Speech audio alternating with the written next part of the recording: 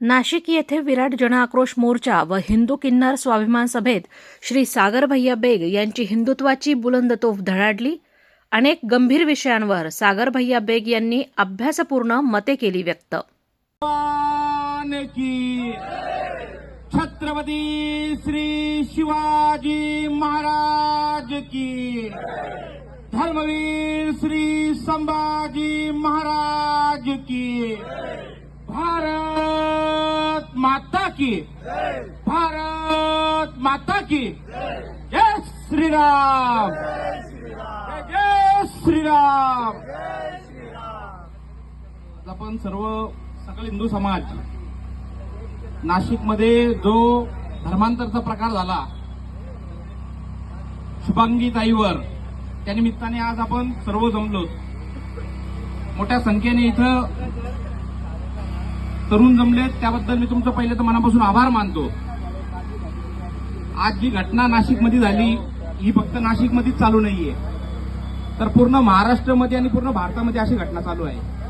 फक्त याच्यावर बोलायची तयारी कोणी करत नाही. समाजची मानसिकता याच्यावर बोलायची तयारीत नाहीये. जर असे घटना असले तर लोक पाहिजे तशा मोर्चांसाठी जमत नाही. तरी नाशिकवाले तुम्ही फार जागृत आहे. मोठ्या संख्येने आज तुम्ही शुभांगीताईसाठी, आपल्या किन्नर समाजासाठी मोठ्या संख्येने जमला. लोकांची मानसिकता ह्याच्यात बदललेली आहे. अनेक सोशल मीडियाच्या माध्यमातून वेगळे वेगळे ह्या मोर्चांच्या चर्चा सुरू झाल्या, पण आपल्या लक्षात येत नाही. सनातन हिंदू धर्माची आपली जर पाहिलं, बाकीचे इतर धर्म जर पाहिले, इस्लाम आला 1400-1500 वर्षापूर्वी, ख्रिश्चन आले 2000 वर्षापूर्वी. जर सनातन धर्माचं विचारलं तर कुणालाच माहित नाही किती लाख वर्षापूर्वीचं आहे. जर आज आपण विचार केला, सनातन हिंदू धर्माची लोकसंख्या, हिंदूची लोकसंख्या किती पाहिजे होती? जगाच्या पाठीवर आपण 1 नंबरला लोकसंख्येमध्ये पाहिजे होतो. भारत सोडून आपला हिंदू राष्ट्रही दुसरा कोणी नाही. का बरं नाहीये? मूळ कारण आहे धर्मांतर. आपल्या हिंदूची संख्या जी घटतीये त्याचं कारणच धर्मांतरणी. किन्नर मधले हिंदू किन्नरांना धर्मांतर करायची काय गोष्ट आहे? कशासाठी करतात? ज्या किन्नर लोकांना धर्मांतर करतात ते हिंदू धर्म सोडल्यानंतर त्यांची लोकसंख्येमध्ये जर आपण मोजणी केली, ते इस्लाम धर्म जेव्हा ते स्वीकारतात ते हिंदू सोडून मुसलमानमध्ये जातात. अशी करून हिंदूची जर मुलं मुली तर आपले कन्वर्ट करतात जे, पण किन्नर लोकांना मोठ्या संख्येने कन्वर्ट करत होते ते आपल्या लक्षात येत नव्हतं. आता या शुभांगीताईच्या माध्यमातून आपल्याला लक्षात आलं. अशा मोठ्या संख्येने या महाराष्ट्रामध्ये धर्मांतर चालतो. धर्मांतर करता कशासाठी? या लोकांची जी मागायची पद्धत आहे, आपले जे हिंदू आहे जे टिकली लावतात, कपाळी कुंकू लावतात, ह्या किन्नर लोकांना या ठिकाणी जसं रेल्वे असेल, महत्वाचे ठिकाण असतील, त्या ठिकाणी टिकली लावलेल्या किन्नराला मागायची परवानगी नाहीये. बरोबर ताई? ह्या लोकांना त्या ठिकाणी मागायला देत नाही. जो किन्नर स्वतःचा धर्म सोडल आणि मुस्लिम धर्म स्वीकारल त्या माणसाला रेल्वेमध्ये मागायची परवानगी आहे. आणि तीही जरी मागितली तर जसं आता इथं कोणतरी ते किन्नरचं नाव घेत आहे, त्या माणसाला यांना महिन्याचा हप्ता द्यावा लागतो, म्हणजे खंडणी द्यावा लागते. त्यावेळेस त्यांनी तिथं मागायचं. पहिले धर्मही सोडायचा आणि त्यांना पैसेही द्यायचे. असे करून किती हजार महिना आहे ताई? 10,000. म्हणजे प्रत्येक ह्याच्यात सलमाच्या, मी तशी माहिती घेतली, सलमाच्या अंडरमध्ये 500 लोक आहे किन्नर. तर प्रत्येक जिल्ह्यामध्ये असे 500-500 किन्नर एका जिल्ह्यामध्ये त्या मुसलमान जो त्या गादीवर बसलेला आहे त्याच्या ताब्यात आहे. म्हणजे एका जिल्ह्यामधला किन्नर 50 लाख रुपये महिन्याला कमवतो. आमदारचीही कमाई नाहीये. आमदाराला तेवढा पगार नाही, खासदाराला नाही, मंत्र्याला नाही, पंतप्रधानाला पण तेवढा पगार नाहीये. 50 लाख रुपये महिना किन्नर कमवतो. जातो कुठं?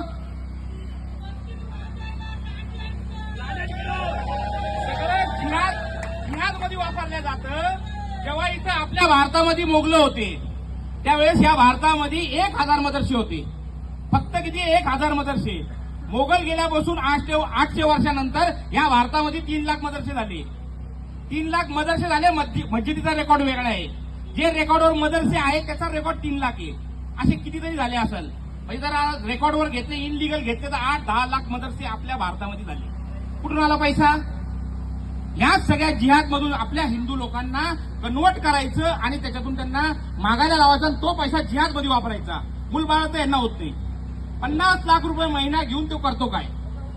यांच्या मागे चौकशा लागत नाही, दिसून येत नाही. कारण प्रत्येक ठिकाणी पाहण्याचा दृष्टिकोन काय आहे, हिंदू धर्मात निघलेला माणूस कुठेही आपल्याला तृतीयपंथी माणूस दिसला तर आपण, हिंदू धर्माची प्रथा आहे, कुठल्याही शुभ कार्यात जात असाल तर त्यांना काहीतरी देणगी द्या, असं करून आपण पुढे निघून जातो. पण आपणही लक्षात घेतलं पाहिजे, देताना सुद्धा ज्याच्या कपाळावर टिळा दिसत नाही त्याला अशी देणगी द्यायची नाही.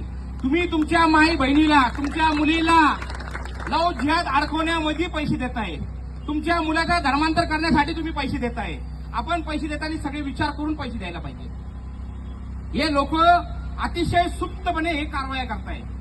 आज या लोकांनी जर सांगितलं नसतं, नाशिकरांना माहिती नसतं झालं. आज आपल्याला कळालं, आपल्याला ह्याच्यातून सावध व्हायचंय. ह्याच्यावर पहिले तर कायदा झाला पाहिजे. हा कायदा करणार कोण? आपले मंत्री करणार, आपले आमदार करणार, आपले खासदार करणार. तुम्ही तुमचं काम केलं, फरांदेताईंना निवडून दिलं, तेही त्यांचं काम करताय. किन्नर समाजासाठी मोर्चासाठी रस्त्यावर उतरले. फक्त आमची एक अपेक्षा आता ताईंकडून, काय येत्या अधिवेशनमध्ये, मागच्या 2 वर्षापूर्वी अधिवेशनमध्ये बोलले होते लव जिहादवर कायदा होणार आहे, तो कायदा काही आतापर्यंत झाला नाही. गौ हत्यावर सुद्धा आपणच विषय मांडला होता, तो आपण सर्वांनी बघितला असेल. तर आता या किन्नरासाठी पण पूर्णपणे लव जिहाद धर्मांतर भारतात जो होतोय, महाराष्ट्रात जो होतोय, तो कायदा तयार झाला पाहिजे. कारण जर आपण आताच्या 8-10 वर्षाचा इतिहास पाहिला तर भारतामध्ये सर्वात जास्त जर कुठं धर्मांतरण लव जिहादसाठी मोर्चे निघले असेल तर ते महाराष्ट्रामध्ये 108 ते 112 मोर्चे फक्त काढले. कशासाठी? लव जिहादवर कायदा करा, धर्मांतरावर कायदा करा. ठीक आहे, कायदा आता तयार होणार आहे. काही त्रुटी निघली असेल, थांबलेला आहे, पण तो कायदा लवकरात लवकर झाला पाहिजे. कारण ज्या राज्य युपी सारख्या राज्यामध्ये कधीही मोर्चे निघले नाही, तर कायदा करा. त्या ठिकाणी सर्वात पहिले कायदा झाला. कर्नाटकमध्ये कधीही कायदा करासाठी मोर्चे निघले नाही, त्या ठिकाणी कायदा झाला. एमपी मध्ये कधीही मोर्चे निघले नाही, त्या ठिकाणी कायदा झाला. आसामला झाला, राजस्थानला झाला, पण आपल्या महाराष्ट्रात कायदा झाला नाही. कायदा झाला नाही म्हणून धर्मांतराची हिंमत वाढली. आणि जोपर्यंत आपले लोक व्यवस्थित माणसाला निवडून देऊन त्याच्याकडून मागणी करून कायदा बदल करण्यासाठी मागणी करणार नाही, हे बदलू शकत नाही. तुमचा आमचा मोर्चा लोकांना जमून दंगली करून, दगडफेक करून, जाळपोळ केले तरी हा कायदा बनू शकत नाही. कायदा बनणार सरकार. आज आपण सरकारमध्ये आहोत, फक्त आपल्याला ताईच्या मागे लागायचं आहे आणि काम करून आपला कायदा कसा तयार होईल. जोपर्यंत असे कायदे तयार होणार नाही, हे थांबू शकत नाही. आज सगळ्यात मोठी दुर्भाग्याची गोष्ट काय आहे, ज्या महाराष्ट्रामध्ये आम्ही जन्म घेतला, ज्या महाराजात छत्रपती शिवाजी महाराजांनी जन्म घेतला, त्या महाराष्ट्रात आज आमच्या हिंदूंना आमच्या मुली वाचवा म्हणून रस्त्यावरून कायदे करा म्हणून सांगायची वेळ आली. हा फार दुर्भाग्याची गोष्ट आहे. इतर राज्यात जर पाहिलं तर कुणीही रस्त्यावर उतरत नाही, कायदे बनवा म्हणून रस्त्यावर येत नाही. जेवढा महाराष्ट्रातला हिंदू जागृत आहे, जगात कुठलाच हिंदू जागृत नाही. कारण मी मोर्चे केले सुरुवातीपासून, 2021 पासून मोर्चे सुरुवात केली. छोट्या छोट्या घटनासाठी लोक 50-50 हजार लोक जमतात मी पाहिले. याच नाशिकमध्ये मागच्या वेळेस मोर्चा झाला मोठ्या संख्येने. जेव्हा नाशिकमध्ये मोर्चा झाला तर आमच्या कोपरगाव नंतर सगळ्यात मोठा मोर्चा झाला. खूप मोठा मोर्चा झाला, लोक खूप जमलेत. फक्त जमून फायदा नाही, याच्यावर कायदे तयार झाले पाहिजे जर हे थांबवायचं असेल तर. आता 2006ला एक बॉम्ब ब्लास्ट झाला मुंबईमध्ये. त्याच्या आरोपीला आता मागच्या 2-3 महिन्यापूर्वी हायकोर्टाने निर्दोष केलं. आरोपीला निर्दोष केल्यानंतर याच महाराष्ट्रात आणि नाशिकमध्ये जेलमध्ये 700 किलो शिरा तयार करण्यात आला प्रशासनाकडून. प्रशासनाला पैसे दिले 700 किलो शिऱ्याचे, आणि अतिरेकी सुटतात हे, आणि तिथं जेलमध्ये आनंद साजरा झाला नाशिकमध्ये. अशा अधिकाऱ्यांवर कारवाई झाली पाहिजे. आज इथं अनेक लोक धर्माचं काम करणारे पोरं, मी मध्ये होतो, मी पाहिलेलं आहे. अनेक लोक धर्माचं काम करणारे, इथं गणेश पण आलेले वाघ. हे लोक सर्व धर्माचं काम करत असताना या लोकांना ज्यांनी धर्मांतराला विरोध केला यांच्यासाठी अमरावती जेल, जे लोक मुसलमान लोक जेलमध्ये धर्मांतर करत होते त्या लोकांना तिथे व्हीआयपी सुविधा. आजही ती परिस्थिती आहे. बम ब्लास्ट वाल्यांसाठी वेगळी सुविधा, त्यांना ईदसाठी वेगळे फ्रूट. पण कुठल्याही शिवरात्रीत आपल्या उपास जाणाऱ्या लोकांना श्रावणमध्ये कुठलीही सुविधा भेटत नाही. पण जशी रमजान आली त्यांच्यासाठी एक सेपरेट बराक तयार केला जातो. त्या बराकमध्ये त्या लोकांना ठेवलं जातं. त्यांच्यासाठी हिंदू लोकांना त्यांचे बाथरूम साफ करण्यासाठी हिंदू लोक त्यांच्यासोबत 2 दिले जातात.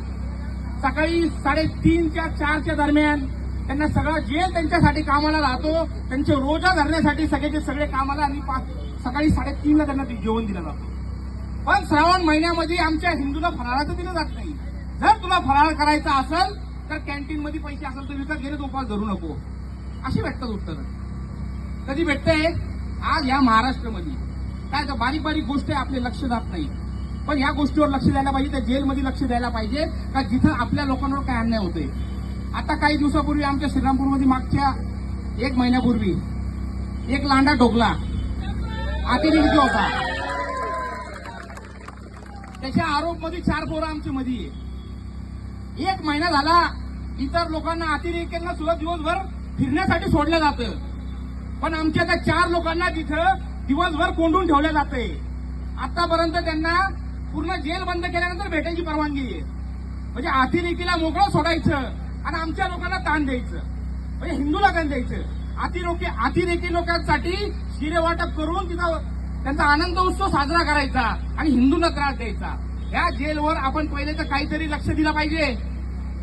या जेलमध्ये हिंदूंना दाबायचं आणि लांड्यांना मोठं करायचं काम या नाशिक जेलमध्ये चालू आहे आणि अनेक वर्षापासून चालू आहे. आणि जर बघितले आपण तिथं लोकसंख्या जर पाहिली ना अधिकाऱ्यांची, कर्मचाऱ्यांची, तर 95% हिंदू आहे तिथं. अधिकारी, कर्मचारी 95% हिंदू आहे, पण काम करतात फक्त मुसलमानांसाठी आतमध्ये. का बरं? पैसे भेटतात. यांच्यावर काहीतरी कायदे करून यांना सस्पेंड करायला पाहिजे. सगळ्यात मोठा जर धर्मांतर कुठं चालू असेल तर ह्या नाशिक जेलमध्ये 2016 मध्ये कुणाला ऐकायला जे जेलमध्ये नाही गेले त्यांना अचंब वाटेल. 2016 मध्ये जेलमध्ये घटना करायची, माणसांची घटना जेलमध्ये करायची. तो सातपुते नावाचा होता. सातपुते नावाच्या पोराला ब्राह्मण होता, त्याला आतमध्येच मुसलमान केला, अब्दुल करून टाकलं. त्या तरुणांच्या मागे जे धर्माच्या कार्यामध्ये जेलमध्ये गेले त्यांच्यासाठी कुणी उभं राहत नाही. त्याच्यासाठी आपण उभं झालं पाहिजे.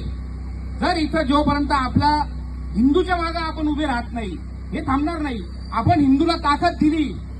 आज मुसलमान काय करतात? बम ब्लास्ट केल्यानंतर तो समाज त्यांच्या मागे उभा राहतो, त्यांना योद्धा समजून उभा राहतो. आणि आपला माणूस जर धर्माच्या केसमध्ये जर मध्ये जात असेल तर त्याला आपण तुच्छ समजतो.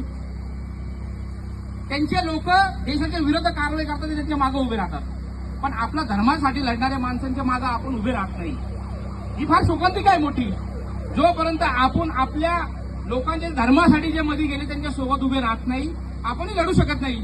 आज नाशिकची जर लोकसंख्या पाहिली, एवढ्या मोठ्या लोकसंख्येमध्ये ज्या ठिकाणी मोठ्या प्रमाणात हिंदू आहे त्या ठिकाणी सुद्धा धर्मांतर होतो. पहिले तर नाशिकचं एक कौतुक करायला पाहिजे. इथं बसलेले सीपी साहेबांचं, जे नाशिकला सीपी साहेब बसले, महाराष्ट्रामध्ये पहिले असे सीपी साहेब आहे का ज्यांनी गौरक्षणासाठी एक पथक तयार केलं. पुऱ्या महाराष्ट्रामध्ये त्या माणसांसाठी टाळ्या वाजवल्या पाहिजे. गुंडा पथक तयार केलं आणि मोठ्या प्रमाणात नाशिक मधलं गो हत्या थांबवली. इतर ठिकाणी कुठेही नाही असं का सेपरेट पथक फक्त गौरक्षणासाठी तयार केलं. महाराष्ट्रामध्ये सगळ्यांनी त्यांचं शिकून गौरक्षण पथक तयार केला पाहिजे. त्या प्रशासनाला सगळ्यांना जिम्मेदारी द्यायला पाहिजे का ज्यांच्या हद्दीमध्ये जो कुठला पीआय असेल, पीएसआय असेल, ज्याच्या हद्दीमध्ये जर गौ हत्या होत असेल तर कारवाई आम्ही तुमच्यावर करू, तर हे थांबल. कारण काय आलं, काही लोकांना पैसा इतका प्यारा झाला का गोमाता जर रक्षण करणं ते विसरून गेले. त्यांना फक्त पैसा पाहिजे. त्यांच्या समोर गाया कापल्या जातात आणि गौरक्षणावर गुन्हे दाखल होतात तरी सुद्धा ते काय बोलत नाही. तर अशा अधिकाऱ्यांवर पहिले तर कारवाई झाली पाहिजे. आज जर आपल्याला या सगळ्यातून काही सिद्ध करायचं असेल तर याच्यावर कायदा होणं गरजेचं आहे. गुन्हा दाखल होऊन काय होणार नाही. जरी गुन्हा दाखल झाला आपल्याकडे कायदाच नाहीये, त्याला अटकही होणार नाही. कायदाच नाहीये. फक्त भावना दुखावली म्हणून 295 दाखल करतील, नोटीस देतील आणि सुटून जाणार. आज या मोर्चाच्या माध्यमातून महाराष्ट्रभर तो फेमस झाला. ज्याच्या विरोधात आपण मोर्चा काढला ना, आज महाराष्ट्रभर तो फेमस झाला. उलट इस्लामिक तृतीयपंथी मोठा समाज त्याच्या मागे आता उभं होणार, त्याला फंडिंग करणार, आपले लोक फोडणार. आता एक जण फुटला आपल्यातला, एक तृतीयपंथी फुटला. अनेक मोर्चामध्ये मी त्यांच्यासोबत होतो तरी सुद्धा ते फुटले, आपल्या विरोधात त्यांनी बाईट दिली. तसं जर करायला नाही पाहिजे. कारण आपला धर्म जर वाचवायचा असेल तर आपल्या धर्माचं कार्य करणाऱ्या लोकांच्या मागे आपल्याला उभंच राहावं लागेल. सर्वात पहिले तर आर्टिकल 25 हा केंद्राचं काम आहे, हा रद्द झाला पाहिजे. कारण आर्टिकल 25 हा 1948 मध्ये तयार केलेला कायदा आहे. याच्यामध्ये हिंदू लोकांना धर्मांतर करायचा पूर्णपणे अधिकार इस्लामिक लोकांना आणि ख्रिश्चन लोकांना दिलेला आहे. ते त्यांच्या माध्यमातून आपलं धर्मांतर करू शकतो, पण हिंदू कुठल्याही ख्रिश्चन आणि कुठल्याही मुस्लिमला हिंदू करू शकत नाही, असं आर्टिकल 25 म्हणतो.